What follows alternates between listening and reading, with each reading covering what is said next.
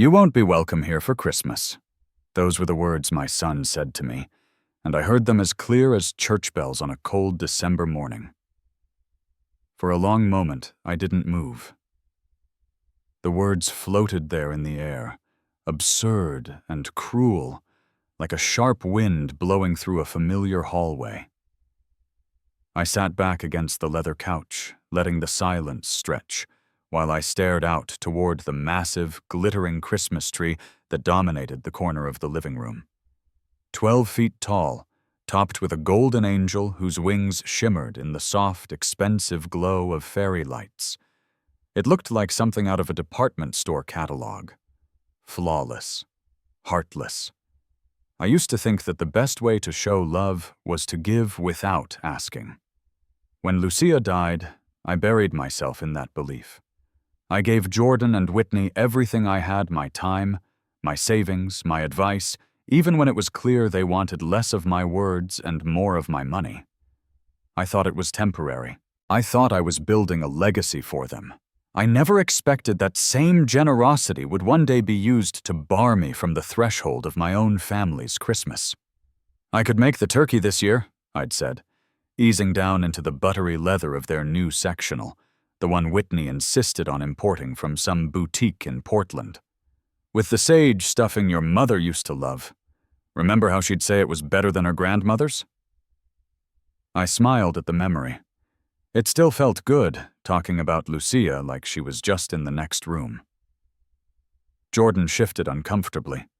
His wedding band caught the light and flashed. It struck me then he hadn't met my eyes since I arrived. "Dad," he said softly, "we're doing something different this year." "Different how?" Whitney's name hadn't come up yet, but her presence loomed like the vanilla-scented candle burning on the mantel. It was always her way. Make changes, call them improvements, act like the old ways were sentimental clutter best swept aside. "Her parents are flying in from Virginia," Jordan said, still not looking at me. "And they'd prefer if we kept it just immediate family." I blinked. "I am immediate family." He flinched, just slightly. "It's just easier this way, Dad. You know how her family is. They have their own way of doing things." I turned my head slowly, scanning the room. The silk curtains? I'd paid for those when Whitney complained about the neighbors having a direct view into their living room. The crown molding that stretched along the ceiling like a ribbon around a gift? That was my credit card. The hardwood floors gleamed like polished amber floors I'd helped install after they got a deal from a supplier I knew. Every inch of this house had my fingerprints on it, my savings, my love. "Their own way," I repeated, the words thick on my tongue. Jordan's hands curled into fists on his lap. "Dad, please don't make this harder than it has to be." Through the archway, I saw the kitchen a sea of stainless steel and white marble. The KitchenAid mixer Whitney had insisted on sat unused next to a bowl of pristine lemons. That mixer had cost $2,000, a purchase she'd justified during her 3-week obsession with holiday baking. 3 weeks. The check had barely cleared before she abandoned that phase. I cleared my throat. "Where will I spend Christmas then?" Jordan's jaw tightened. "Maybe you could visit Aunt Rosa, or we could do something the weekend after." The weekend after, like Christmas was just another event you could push around on the calendar, like a dentist appointment. I stood up. My knees ached from years of hard labor and cold winters, but I straightened them without complaint. "Dad, wait!" But I was already walking toward the door. I passed the hallway where their family photos hung smiling faces, perfectly lit, perfectly framed. In each one, I noticed something I hadn't before. My presence grew smaller, more distant, like I was being erased slowly, with care. I stopped at the door and looked back once. "Tell Whitney's parents," I said, my voice low and calm. "Feliz Navidad." Then I opened the door and stepped into the December air. It hit me like a slap, cold, honest, bracing. Behind me, I heard Jordan call my name, then the soft, final click of the door. It sounded like a verdict. I got into my truck and sat with the engine off for a moment. The windows of their home glowed behind me. Warmth and celebration, just a few yards away, but miles out of reach. I felt the weight of that distance settle into my chest. My phone buzzed. I didn't look. I already knew who it was. I didn't need to hear another apology wrapped in spin. I turned the key, and the engine growled to life. As I drove away, the heater coughed, and then came alive. The streets of Maple Glen passed by in streaks of holiday lights and perfectly manicured lawns. I drove past the bank where I'd signed the second mortgage to help with their down payment. Past the grocery store, where I'd stretched my dollars, buying peanut butter and rice while they posted pictures of wine and charcuterie boards. Every corner of this town had a memory, a sacrifice, 1,000 quiet ways I'd tried to show love. I thought of Jordan as a boy, curled on the couch with me watching Rudolph, his hand in mine, trusting me to protect him from the world. Now I was the one on the outside, peeking in.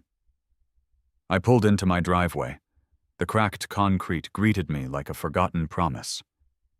My house was dark, except for the flickering porch light I'd been meaning to fix for months. I had told myself I couldn't afford a new bulb because of the mortgage support. Funny how that worked. Inside, the cold met me at the door. No smell of cinnamon. No warmth of a wife bustling in the kitchen. Just silence. I slipped off my boots and stood there for a long moment. My phone rang again. I stared at the screen. Whitney. Of course. Probably calling to make it worse by pretending to make it better. I let it ring. Then I answered on the fourth ring. Just long enough to let her wonder if I would. "Dennis," she said, syrupy as always. "There seems to have been a little misunderstanding with Michael." "Misunderstanding?" I asked, walking slowly toward the kitchen, still in my coat. "I don't think there's been any misunderstanding. You made your position quite clear." I leaned against the counter. I could hear the rustling of shopping bags in the background. "Well," she said, exhaling dramatically, "you have to understand my parents' expectations. They're very traditional." "I see. They expect conversations about literature and art, not loud music and tamales." I almost smiled. Almost. "And my cooking?" I asked softly. "The kind you ate every Sunday when you were broke?" "That was different," she snapped. "We appreciated it then, but now with my parents coming—" "So, I'm the embarrassment?" She hesitated. "This isn't about race, Dennis. It's about class." "Class?" Her voice sharpened. "My father graduated summa cum laude. My mother speaks 4 languages. They summer in the Hamptons. What would you bring to the table? Stories about plumbing?" I felt my fingers curl into fists. "I built a company from nothing," I said, steady. "I paid for your home, your roof, your granite countertops. I've paid more in taxes than your father earned in his best year." "Money isn't everything," she said coolly. "Breeding matters, and frankly, Lucia understood her place better than you do." Something inside me broke. Cleanly. "What did you say about my wife?" "She knew how to blend in. She didn't make waves." I stood perfectly still. "Lucia had more grace in her little finger than your entire family line." "She was a housekeeper," Whitney spat. "At least she had the sense to be quiet about it." I heard my own voice shift. It dropped low and still. "This conversation is over," I said. "But you'll be hearing from me soon." I hung up. The line went dead. I stood there, in my dim kitchen, surrounded by shadows and old memories, and I felt something stir in me that I hadn't felt in years. Not sadness, not disappointment. Resolve. I didn't cry in that driveway. I turned the ignition, put my truck in gear, and drove into the cold, knowing exactly what I needed to do. Well, Dennis, my parents aren't used to your kind of cooking. Whitney's voice on the phone sounded like sugar laced with arsenic. It had been 20 hours since I walked out of Jordan's house, and the words still clung to my skin like cigarette smoke. I had slept badly, if at all. The house was quiet. Too quiet. And the cold draft from the kitchen window never let me forget just how long it had been since I'd fixed the seal. Another thing I put off. Another thing that didn't make the budget when their mortgage came due. I sat in my usual spot at the kitchen table, a chipped ceramic mug of black coffee growing cold beside me, when the phone rang again. Her name blinked up at me like a warning. Whitney Carrington Alvarez, my daughter-in-law, my uninvited tenant, my family, apparently, only when it was convenient. I could have let it ring, should have, but something inside me wanted to hear what she'd say. Maybe I was looking for an apology. Maybe I just wanted to know how far she'd go. I picked up on the second ring. "Dennis," she began, brisk and bright, "I need a favor." I closed my eyes for a second. There it was, no hello, no acknowledgement of what had happened the day before, no regret, just a need. My parents are flying in from Portland. Alaska Airlines, Flight 447. They'll be landing at 2. You can take them to the house, right? I didn't answer right away. The heat from the coffee had vanished. Only the bitterness remained. "Did you forget yesterday's conversation?" I asked, voice low. She sighed. "Look, whatever drama that was, we need to focus on practical matters. My parents need a ride. You're retired. You've got the time." "And I'm also not invited to Christmas dinner," I said. "You're being petty." "I'm being honest." There was a long pause. I could hear rustling on her end, probably more shopping bags, maybe a receipt being folded, maybe her tapping perfectly manicured nails against the granite countertop I helped fund. "My parents expect a certain kind of welcome," she said finally. "They're not used to your kind of cooking. All that spicy food and loud music, it's just not how we celebrate." I sat still. Only my thumb moved, tracing a chip in the mug's rim. "They're educated people," she continued. "They like discussions about current events, books, global politics, not small talk about tile or weather." "You mean they like conversation that makes you look good?" I said. "This isn't about me," she snapped. "It's about maintaining a level of decorum.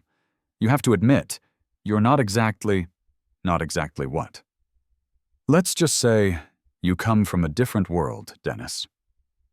I let the silence hang until she shifted. "I remember when money was tight," I said slowly. "You cried over my tamales, said they reminded you of your grandmother. Remember that? That was different. How? We were grateful then. And now? Now we have expectations," she said. I didn't answer.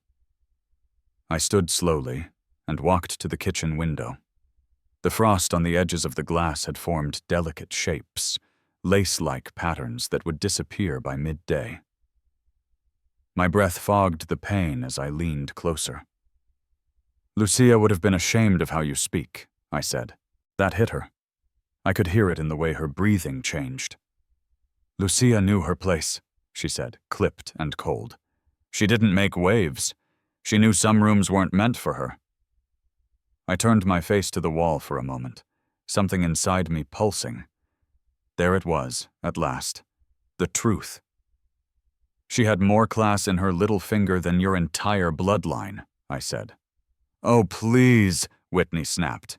"She cleaned houses. She got lucky marrying you. At least she stayed quiet about it."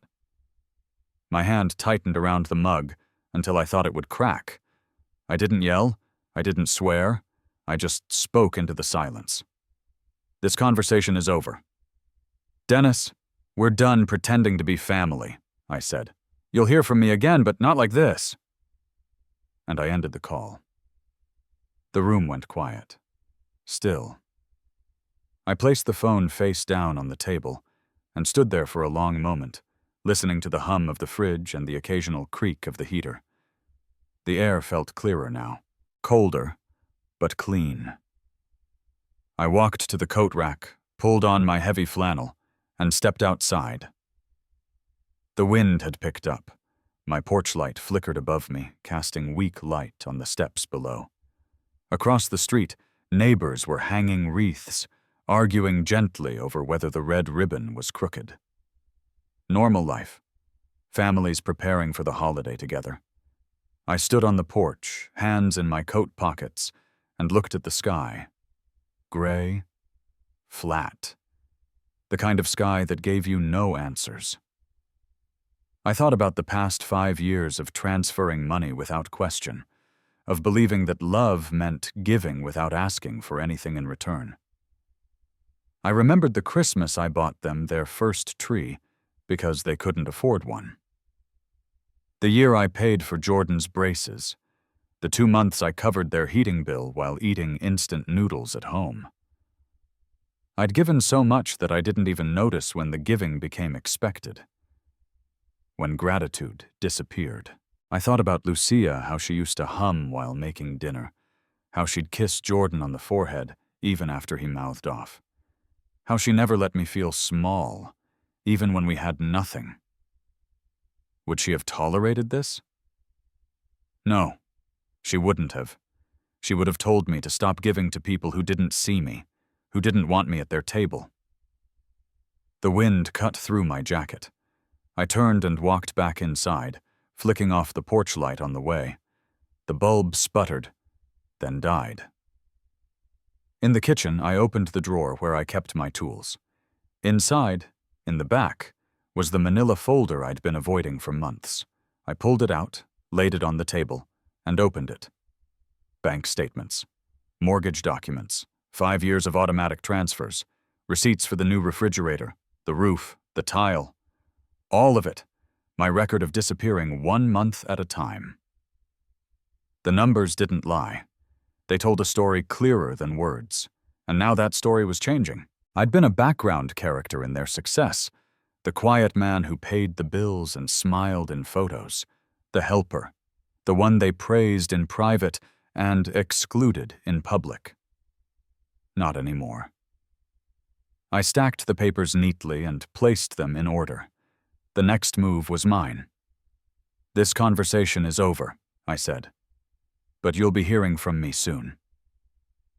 $1,800 a month. 60 months. And not a single Christmas invitation. I'd done the math. Now I was going to do something about it.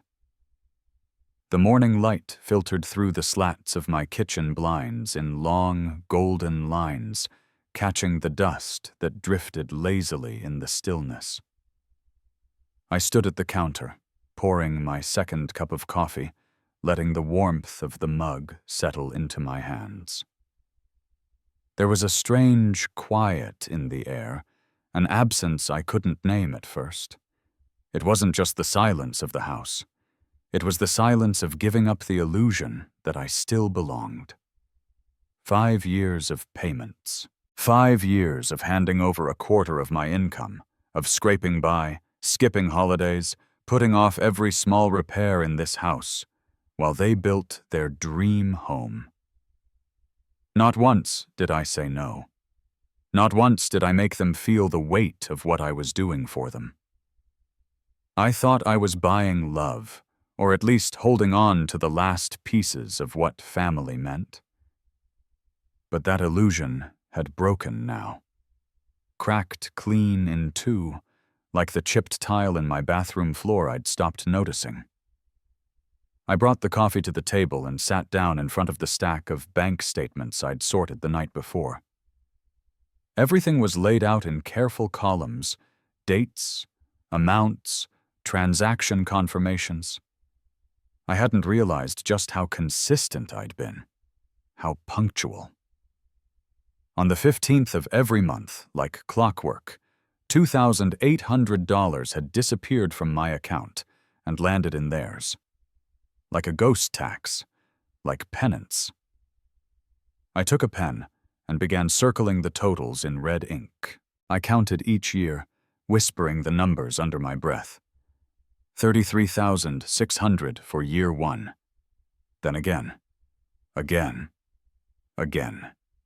By year 4, I'd stopped buying new clothes.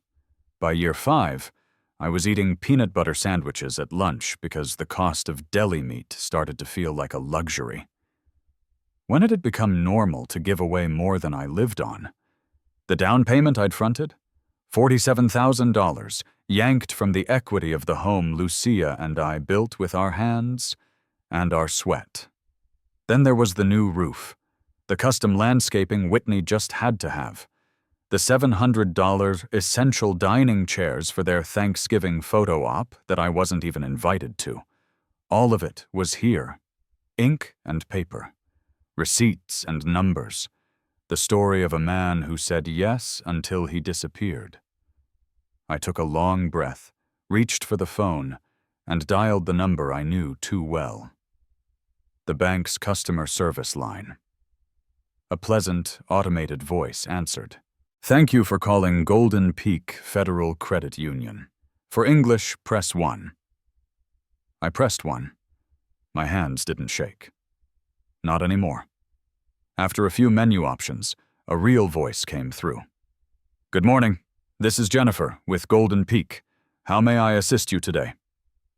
"Yes," I said, keeping my tone level. "I need to cancel an automatic transfer." "Of course, sir. May I have your account number?" I gave it to her.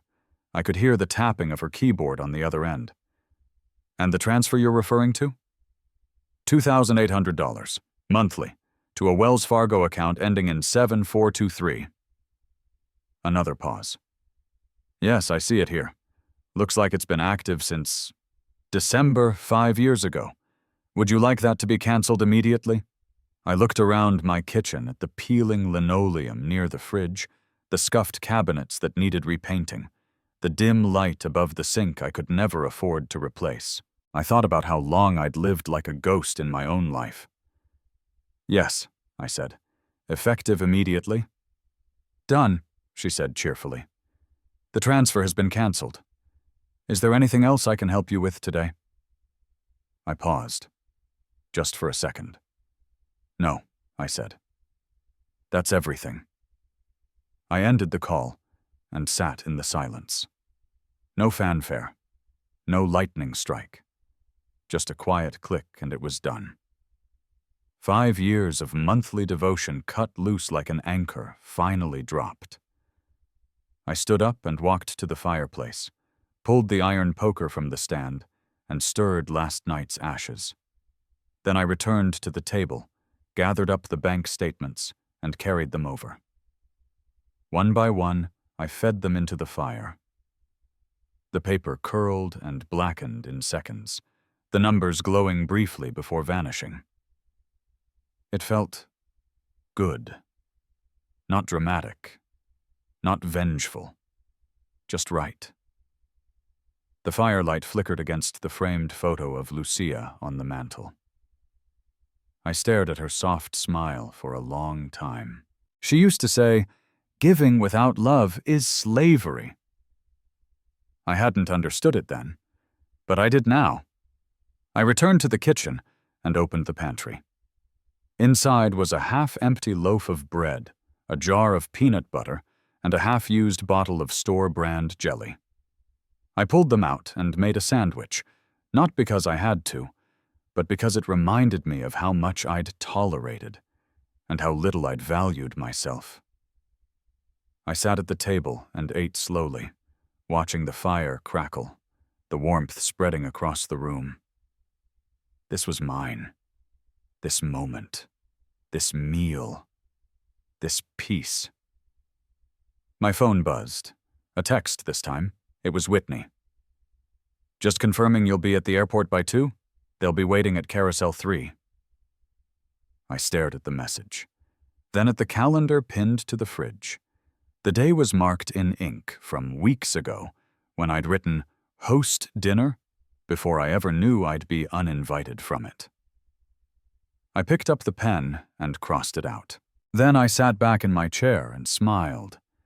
The kind of smile that comes from a storm finally moving off the horizon. I didn't text her back.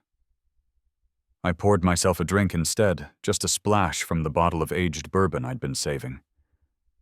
A gift to myself. A reward for surviving 5 years of self-erasure. Outside, the wind had settled. The trees were still. The neighborhood quiet. I looked over at the fireplace. The last receipt collapsed into ash. My phone buzzed Whitney again. I didn't answer. I was too busy writing down the date of their dinner party. "I hope you don't mind me joining your Christmas celebration," I said, setting the briefcase on their marble buffet table. The wind had picked up by the time I reached Maple Glen that evening, rattling the windows of my truck and sending gusts of snow scuttling across the quiet suburban streets. I drove past house after house, all glowing with warm light, decorated with reindeer on the lawn and wreaths on the door. It was Christmas Eve, and in every home I passed, families were sitting down to something that resembled unity. I pulled up across from the Carrington Alvarez house and turned off the engine.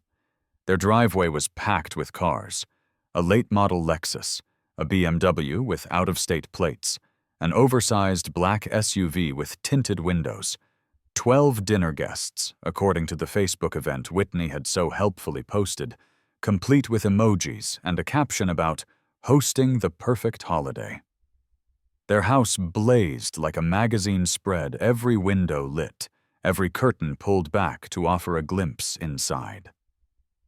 Through the large front window, I could see the dining room, Whitney's prized chandeliers throwing golden light across the glossy table. She was standing at the head of it, wine glass in hand, mid-laugh. Her guests were seated in a perfect oval of politeness. Smiles, crystal stemware, candlelight. I glanced at the time, 6:45. Just as planned. I reached for the passenger seat and picked up the briefcase. Black leather. Heavy. Inside, 12 folders. Bank records, canceled checks, copies of the article they planted, annotated with red ink, social media screenshots showing off furniture I paid for, receipts from Home Depot, a full timeline of my support, each transaction like a breadcrumb leading to this exact moment. I walked across the street, each step slow, steady. I wore the same suit I'd worn to Lucia's funeral, pressed that morning with care. She would have told me to hold my head high. She would have told me I'd given enough. The front door, as expected, was unlocked. Of course it was. Whitney loved to boast about how safe their neighborhood was. "No need to lock up," she always said with a laugh. "We don't live in that part of town." I let myself in quietly, the warmth of the house wrapping around me like a lie. The smell of roasted duck and truffle potatoes hung in the air. Classical music played from hidden speakers in the ceiling. Whitney's voice floated down the hallway, effortlessly charming. I turned the corner and stepped into the dining room. All 12 faces turned toward me at once. Surprise? Confusion? A few of them blinked as if I'd just stepped off a stage and into real life. Whitney froze with her wine glass halfway to her mouth. Jordan's expression crumpled in an instant. Richard and Eleanor sat at opposite ends of the table like royalty stone-faced and pale. I smiled. "Good evening," I said, walking calmly to the sideboard and setting down the briefcase. "I hope you don't mind me joining your Christmas celebration." Whitney was the first to recover. "Dennis, this is completely inappropriate," she said, her voice sharp. "You need to leave, now." "I will," I replied, flipping open the brass clasps on the briefcase. "But first, I think your guests deserve to know who really paid for this dinner, this house, and this lifestyle you've been showing off." A murmur rippled through the table. One of the women dressed in pearls and a red blazer glanced curiously toward Whitney. "What is he talking about?" "Ignore him," Whitney said quickly. "He's having some kind of episode." I removed the first packet and began distributing them, walking around the table slowly, placing each one in front of a guest like a host offering menus. "Inside, you'll find 5 years of financial records," I said. "Mortgage payments, down payment receipts, credit card bills. There's even a screenshot of the granite countertops you posted last year with the caption, 'Finally our dream kitchen.' You're welcome, by the way." The room fell into stunned silence as paper rustled and heads bent over documents. People began flipping through pages. Bank logos, transfer dates, amounts. "Is this real?" someone whispered. Whitney stood up so fast her chair screeched across the hardwood floor. "This is an ambush," she barked. "He's a bitter old man trying to ruin our night." "Actually," I said, reaching into the briefcase again, "here's the article you ran about me in the Maple Glen Herald. The one where I supposedly abandoned your parents during a blizzard that never happened. I've annotated it. You'll see the weather was 52 degrees and sunny that day." I placed one in front of the man sitting next to Richard, who looked down at the photo my face printed in black and white, under a headline that painted me as deranged. "Cody used his connections to plant it," I said. "That's Richard Carrington to you all, I believe. Retired banker. Still holds influence with the paper's editor." Richard stiffened. "You have no proof." "I have your daughter's browser history, your social media connections, and your emails to Patricia Morrison requesting urgent assistance with a family matter. Want me to pass those around too?" Nobody moved. A guest in a green blouse, clearly trying to bridge the discomfort, cleared her throat. "Whitney, why didn't you tell us your father-in-law was supporting you?" Whitney looked around, her perfect face starting to crack. "It's not what it looks like," she said. "He offered. We never asked." "That's not true," I said. "Every single payment came after a request, a call, a crisis. I kept every voicemail, every text, every time you needed to upgrade your kitchen or pay off the landscaper." I turned to Eleanor, who had been silent the whole time. "You told your daughter to keep me out of the house because I wasn't the right sort of grandfather. You said I embarrassed your family." Eleanor looked away. No denial, no defense. "This is disgraceful," muttered the woman in pearls, leafing through her packet. "Dennis, I had no idea. You've given them everything." Whitney's voice was rising now, her veneer slipping fast. "You're twisting everything. This is a family matter." "No," I said, meeting her eyes. "It stopped being a family matter when you took my money and shut your door in my face, when you humiliated me in that newspaper, when you tried to erase me." I placed one final packet in front of Jordan. He hadn't said a word since I walked in. "Look at the dates, son," I said gently. "Look at how much I gave you, how often. Then ask yourself why you let them treat me like a burden." Jordan swallowed, lips parting like he wanted to speak, but no words came. "I was proud of you," I said, "until you let them decide I wasn't good enough for your table." Richard stood, the legs of his chair scraping loudly. "You'll regret this," he hissed. "You've just made very powerful enemies." "Then I look forward to seeing what power looks like when it's not backed by truth," I replied. I took a final look around the room at the guests, now staring at Whitney and Richard with suspicion, at Jordan staring at the floor like a child caught in the middle, at the house I had built without ever stepping inside after it was done. Then I turned and walked toward the front door. I turned to Whitney, smiled politely, and said, "Enjoy the rest of your dinner. It's the last one I'll ever pay for." The headline read, "Spokane Man Abandons Elderly Couple in Holiday Snowstorm." Below it was a picture of me I didn't recognize. The paper was folded neatly on my porch when I opened the door that morning. The air was sharp with post-Christmas cold, and my breath clouded in front of me as I bent down to pick it up. I didn't recognize the photograph at first. It was from my old business website, a headshot taken years ago, before Lucia passed, before my hair had gone fully gray, before the weight of sacrifice had settled into my shoulders. But the headline above it made my heart stop. "Spokane Man Abandons Elderly Couple in Holiday Snowstorm." I brought the paper inside, set it on the kitchen table, and stood there a long time before reading further. The smell of yesterday's fireplace lingered faintly, mingling with the weak steam rising from the coffee pot. I hadn't even poured a cup yet. I read the article slowly, every word like a stone being placed on my chest. The story painted Richard and Eleanor Carrington as innocent, aging visitors left stranded by a cruel, possibly unstable relative.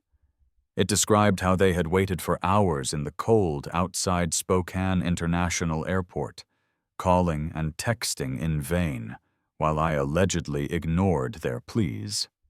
The piece referenced my unusual behavior, my sudden withdrawal from family duties, and most damningly my refusal to comment. There were no quotes from me, of course, no mention of the Christmas Eve dinner, no record of Whitney's words, or the months of mortgage payments, or the social media boasts. Just a photo of me, cropped tight around the face, looking grim.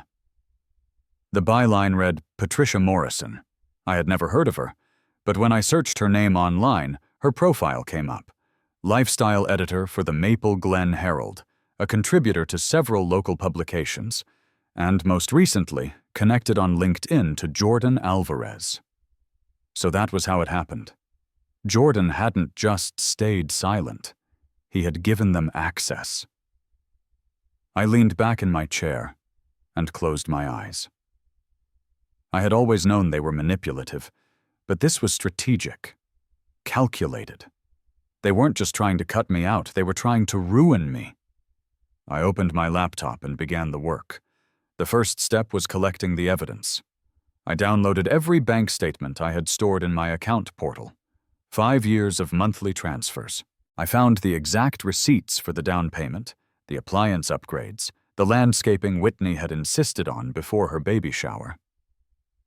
I opened folders of text messages, voicemail recordings I had saved, and screenshots of every public post she had made, thanking our hard work and God's provision for things I'd quietly funded behind the scenes.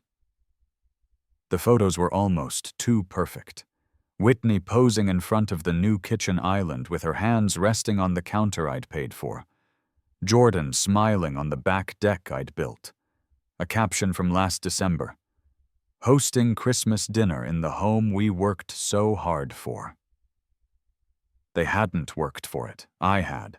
I printed everything. Each item went into a folder, one for each dinner guest. I recreated the packets from memory, added a cover sheet with a bulleted timeline, and stapled copies of the article to the back with my handwritten annotations in the margins. False. Weather was 52 degrees and sunny. No emergency calls from airport documented. No response to my last 3 texts prior to cancellation of pickup. I paused and stared at the bold type in the headline again. Holiday snowstorm. The forecast from that day sat open in another tab. Sunny skies, 52 degrees, no weather alerts for the region. I had no idea what would happen after the dinner, but I had known there would be retaliation. Still, something about the way they weaponized fiction, turned a lie into a headline, made my hands shake with cold fury. I stood and paced my kitchen, the linoleum cracking faintly beneath my feet. Outside, a few kids were building snowmen in the yard across the street. Their laughter drifted faintly through the window. The world, it seemed, went on. I sat down again, opened a blank document, and began typing something new. Not just a timeline, but a letter to the editor. I didn't plan to send it yet, but I wanted to see how it felt, to tell the truth, even if no one was asking for it. In the days that followed, I stayed quiet. Jordan didn't call. Whitney posted a series of photos from Christmas night with no mention of me, just a caption. Despite challenges, our evening was magical, so grateful for true family. They were trying to rewrite the story already, but I knew something they didn't. People talk, especially in small towns. By the second day, I got a call from someone I hadn't spoken to in years, Maggie Bennett, an old friend of Lucia's from church. "I heard what happened at the Carringtons' dinner," she said. "Is it true that you paid for everything?" I didn't answer her directly. I didn't have to. Word was getting around. I had struck a nerve. And now their social circle, the one they held so dear, was starting to fracture. I pulled out my wall calendar, December 28th. The year was closing, but something else was just beginning. I wrote a single line in the margin of the date. "Reputation can be bought, but truth collects interest." I turned back to the laptop and opened up their profiles again. Their friends list, their mutual connections. I wasn't looking for revenge, not exactly. I was looking for exposure, and for the first time in years, I slept through the night without flinching at every sound. They had no idea what was coming. The foreclosure notice arrived on a Tuesday, certified and bold. Final demand for payment. The envelope sat on my porch like a warning label white. Official, the kind you know never brings good news. I didn't rush to open it. I carried it inside, set it beside the coffee maker, and went about my morning the way I always did. I fed the neighbor's cat that sometimes wandered into my yard. I fixed the loose hinge on the pantry door.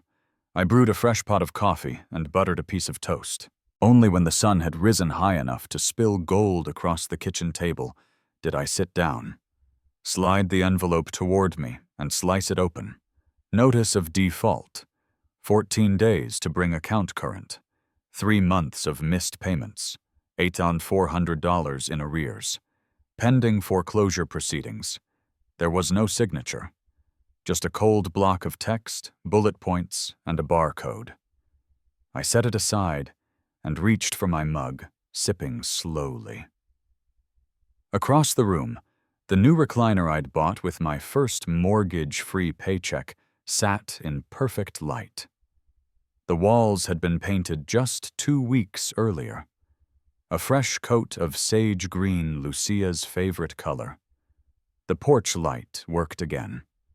The back steps had been repaired. Small things, but they mattered. The phone calls had started the day after Christmas.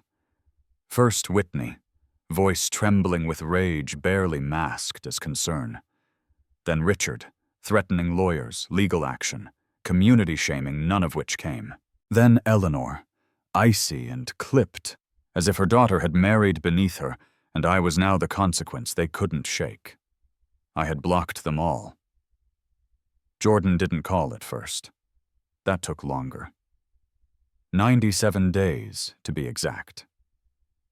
When he knocked on my door, I recognized the sound of defeat before I even saw his face. It wasn't loud. It wasn't angry. It was the knock of a man who didn't know what else to do. I opened the door and found him standing there with shoulders slumped, suit jacket wrinkled, tie loose. His eyes looked tired, like someone who hadn't slept in weeks. He smelled faintly of desperation, like aftershave poorly covering sweat. "Dad," he said, "we need to talk." I stepped aside and let him in without a word. He glanced around the living room like he was seeing it for the first time. His gaze lingered on the new curtains, the clean paint, the framed photo of me and Rosa's grandkids at Easter. He noticed the new TV, modest but nice, and the dining table set with a clean runner and fresh flowers from the backyard. "Nice place," he said softly. "It's what happens when you spend money on yourself instead of people who don't," I said, taking a seat in my recliner. "Coffee?" He shook his head. "No, I don't want to impose." I let the silence stretch between us, let him feel it. He sat down across from me, elbows on his knees. "Dad," he said, voice hoarse, "I need you to know how sorry I am." I watched him. "I didn't know about the article," he continued. "That was all Whitney's parents. I didn't even find out until after Christmas. But the things they said about you, the way they twisted it—" His voice cracked. He looked away. "They've been saying things about you for years," he admitted. "About Mom, too. That she knew her place, that she didn't push, that you always wanted attention." My hands tightened on the armrest, but I stayed quiet. "I should have defended you. I should have stood up for you a long time ago." "Yes," I said simply. "You should have." We sat in that truth for a long moment. Outside, a dog barked. A lawnmower started up somewhere down the street. Life, stubborn as always, moved forward. "The house is in foreclosure," he said finally. "I know. We can't make the payments without the transfer. And we're so behind now. Whitney's parents won't help. They're furious." He didn't say why. He didn't need to.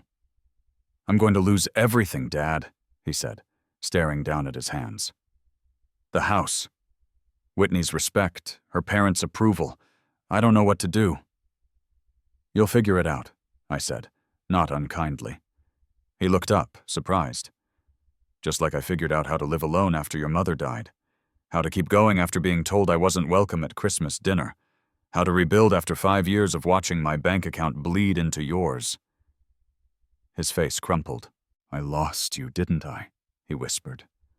"I picked them over you, and I lost you forever." I studied him. This man I'd raised. This boy I'd coached through heartbreaks and college applications and first jobs. The one who used to fall asleep on my chest during movie nights, who used to make me hand turkey drawings for Thanksgiving.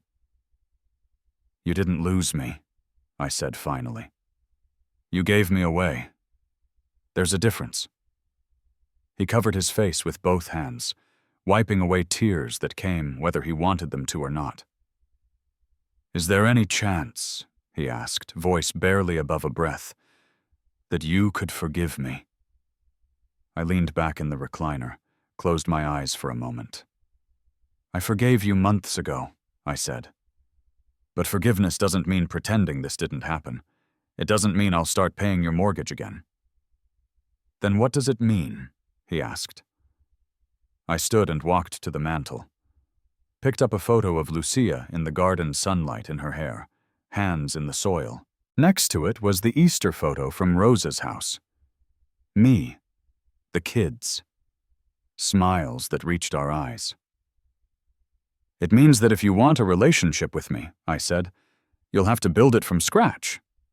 It means you'll need to show me respect, not ask me to earn it. It means the next time someone tells you I don't belong at your table, you'll stand up and say otherwise." He nodded slowly. "The house?" he asked. "Not my problem anymore," I said, turning to face him. He stood up, straightened his jacket. Something in his posture had shifted. A little taller, a little less lost.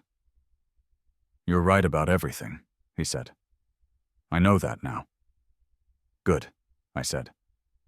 "Maybe there's hope for you yet." He started toward the door, then paused, one hand on the knob. "Seeing you walk into that dinner, calm and in control," he said. "I was proud of you, embarrassed, furious, but proud." I nodded. After he left, I poured myself a glass of bourbon and stepped out onto the back porch.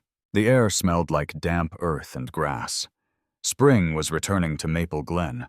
The trees were budding. The ground was soft again. The wind had lost its bite. In 4 months, I would be 63. Lucia had been gone for 8 years.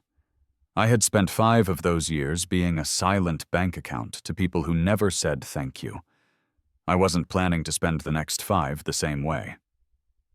My phone buzzed. A message from Rosa. "Dinner Sunday. Kids want to show you their school projects." I smiled and typed back. Wouldn't miss it. Real family, I had learned, wasn't about blood. It was about who opened the door without asking what you could offer. It was about who saved you a seat before you ever asked. As I raised my glass to the family who actually wanted me at their table, I realized I hadn't lost a son. I'd reclaimed myself. There comes a point in every person's life when silence becomes a decision. When turning the other cheek no longer means peace, it means permission. Raymond Alvarez had spent years choosing peace.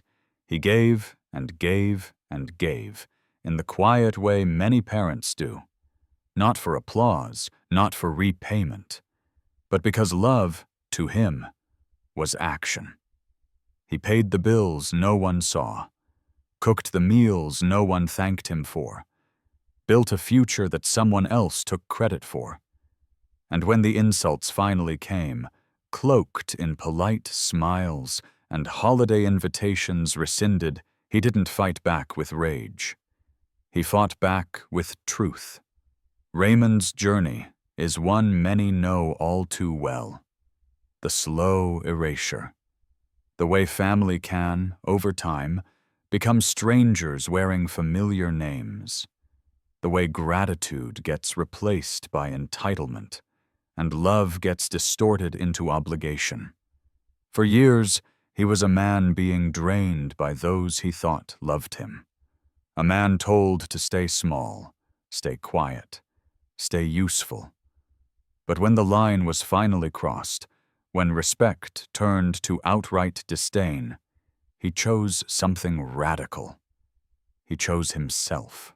And in doing so, he taught us a lesson older than any bank statement, older than any grudge. That self-worth is not selfish, that a boundary is not a betrayal, that the people who love you will never ask you to disappear to make their lives more comfortable. Raymond didn't just reclaim his money, he reclaimed his name. He reclaimed his story. In a world where image often matters more than integrity, he stood calmly in a storm of lies and simply laid out the facts, not to punish, not to destroy, but to expose. And in that act of quiet exposure, everything changed. The house of cards built on arrogance, manipulation, and appearances crumbled under the weight of truth. There is something deeply satisfying in seeing a person like Raymond win not through revenge, but through clarity, through restraint, through a firm voice and a clear conscience. He did not yell. He did not beg. He simply stopped giving what was never appreciated. And the echo of that choice rippled through his world, toppling the false, revealing the real. Jordan's return, broken and humbled, was not a victory. It was a mirror. A chance to reflect on all that had been lost and all that might still be salvaged. Raymond didn't offer money. He offered a path forward built on respect, on effort, on truth. And maybe, just maybe, that's the only kind of reunion worth having. Whitney and her parents faded into the background, their power lost the moment their lies were exposed. The spotlight they so craved now revealed their cracks, not their charm.